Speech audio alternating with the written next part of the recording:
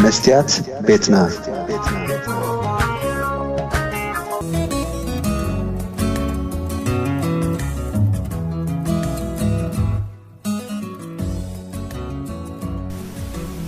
فقري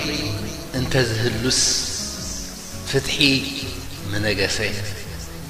قفعي ملقسي أملاح ملقسي فتحي انت زهلوس سلام مساثني هوات مرحاني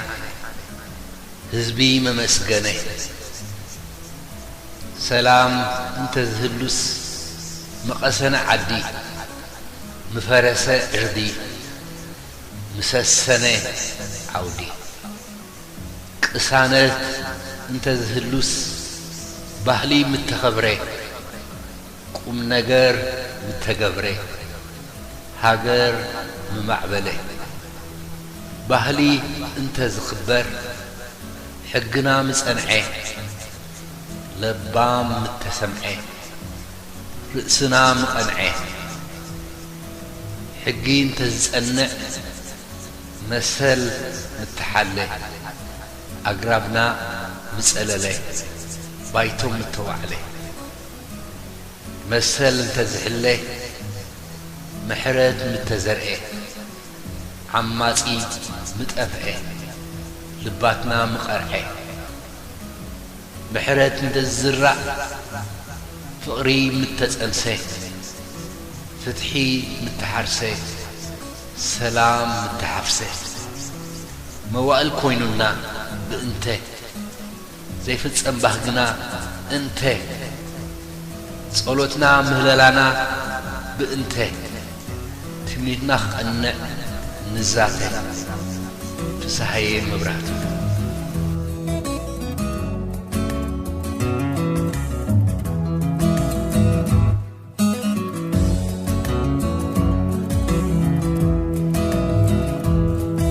عب صمدوتات هزباو جنبارن هقدفن تمالن لومن استغير نجر يلن عب سبعتاتن ثمانيتاتن صمدوتات مس هزباوي ويانا حرنة تجراين جل هجرات عربن أنصار سرعة درجن تجادلو حرنة إرترا ويجبهن عب فلما تسعتات صمدو مس حبرات منجستات أمريكا صمدو مسنا إثيوبيا إيه ودك بجوداي دسيتات حنش مس يمن مفحفحن كينات مسمته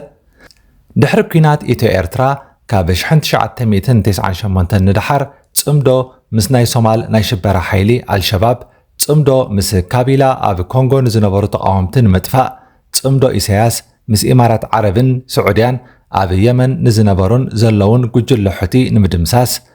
صمدو هقدف مس بلتقنا نويانه حانسابن نحوارون كابقت مدري نمدفع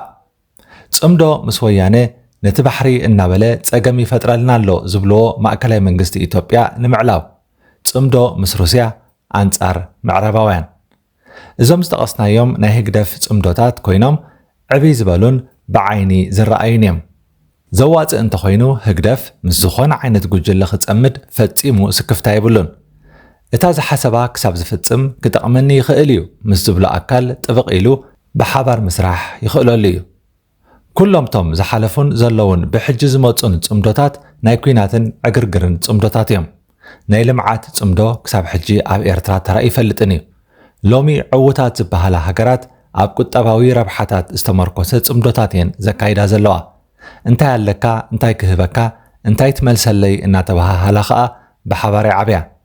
اب إرترا اب سدت زلو عد خاتو زيكا على دنب تقاوم وغن اب كغبرم زغبኦም صمدوتات عب سكفتاتات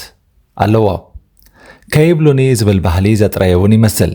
ህግደፍ ምስ ብልጽግና ኢድን ጓንትን ኮይኑ ክሰርሕ እንከሎ ናይ ብዙሓት ኤርትራውያን መንእሰያት ደም ክሳብ ምግባር ዝኸደ ጽምዶ ይፈጢሩ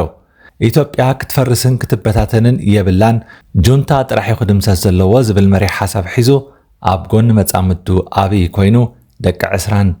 25 መንእሰያት ኣጥፊኡ እዩ ወያነ ግን መሊኣ ክትጠፋ ኣይከኣለትን እቶም አንጻር ትግራይን ወያንን ኣብ ጎኒ ኣብይ ተሰሊፎም ህይወቶም ዝሰኣኑ ኤርትራውያን በዓል መን ከም ዝኾኑ ክሳብ ሕጂ መርድእ ንስድራ ቤታት ኣይተነግረን እዚ ፋይል እዚ ከይተዓጽወ እዩ ሎሚ ምስ ወያነ ሓድሽ ጽምዶ ዝድለ ዘሎ ወይ ተጸመድ ወይ ሃገራዊ ኮንካን ዝብል ስነ ሞገት ህግደፍ ከዓ ንብዙሓት ስኩፋት ኤርትራውያን ዜግነቶም ከይምንጠሉ ኣብ ፍርሒ ክነብሩ ዝቐሰበ ጭርሖ እናኾነ ይመጽእ ኣሎ እምበኣር ናይ ሎሚ መደብና ንህግደፍ ንምንቃፍ ዘይኮነ እንታይ ደኣ ነቲ ክመሃር ዘይከኣለ ኣካል ሕብረተሰብና ተበራበርን ዓገብን ንምባል እዩ ወዲ ሰብ ሓንሳብ ክታለል ንቡር እዩ ዕድመ ልክዑ ኣብ ከምዚ ዝኣመሰለ ሓሸውየ ክነብር እንተመሪጹ ግን ንሱ ባዕሊ እዩ ፀገም ዝኸውን ዘሎ ነፍሲ ወከፍ ጽምዶ ሓፂር ዕድመ እዩ ዘለዋ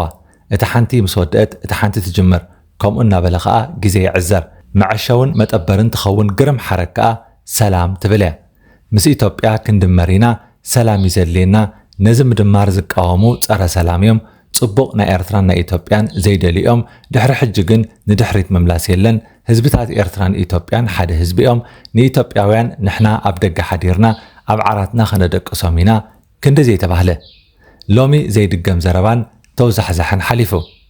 ንሱ ከይተልዕልዎ ሕጂ ጽምዶ ምስ ትግራይ ንምእንቲ ሰላም ዝብል ካልእ ኣርእስቲ ከዓ ከፊቶምልና ንህቡባን ስነ ጥበባውያን ኣሰሊፎም ህዝቢ ቀስ ብቐስ ንኸለምዶ ጽምዶ ንሰላም ምዃኑ ንምእማን ጎስጓስ ጀሚሮም ኣለዉ ድሮ ገለ ደቂ ሃገርና ድሓን ደይ ሰላም እዩ ዝድለ ንዕርፍ ከማን ጥራሕ ሰላም ይግበሩ ዝብል ርድኢት ክሕዙ ንዕዘቦም ኣለና ቅኒ ጥራሕ ንበል ሰላም ምስ ደለና ሰላም ዘይደልዩ ሓይልታት ነዚ ጽምዶ ንምብታን ኩናት ከፊቶምልና ዝብል ካልእ ድራማ ክንሰምዕ ኢና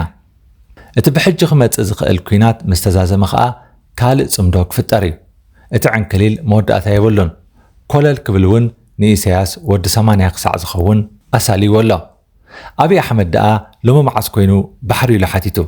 ካብታ ናብ ስልጣን ዝመጻላ ዓለት እኮ ባሕሪ እናበለ እዩ ዝምድር ነይሩ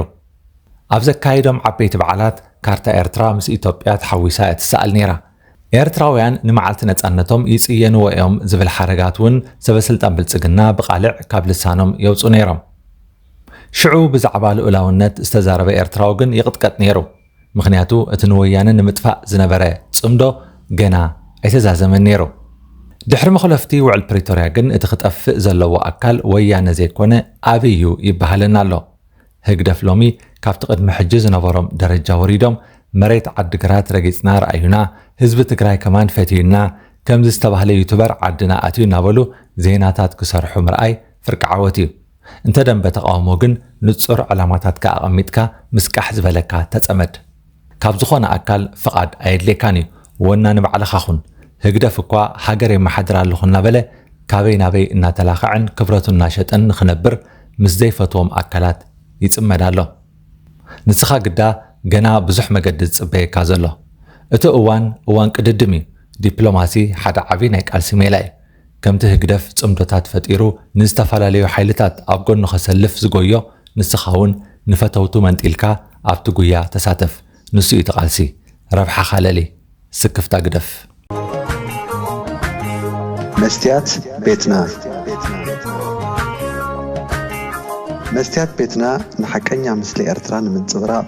ዝተፈላለዩ ጽሑፋት ተንቀሳቓሲ ምስልታትን ቃለ ምሕትታትን ሒዛ بذكريات كبر أب إنها ترى لو تقرب مدبيا كفوت لساني من يزعج وني عيسجدن علي عبطحوت ملاخي كطاوخ قنا مسلي فتحي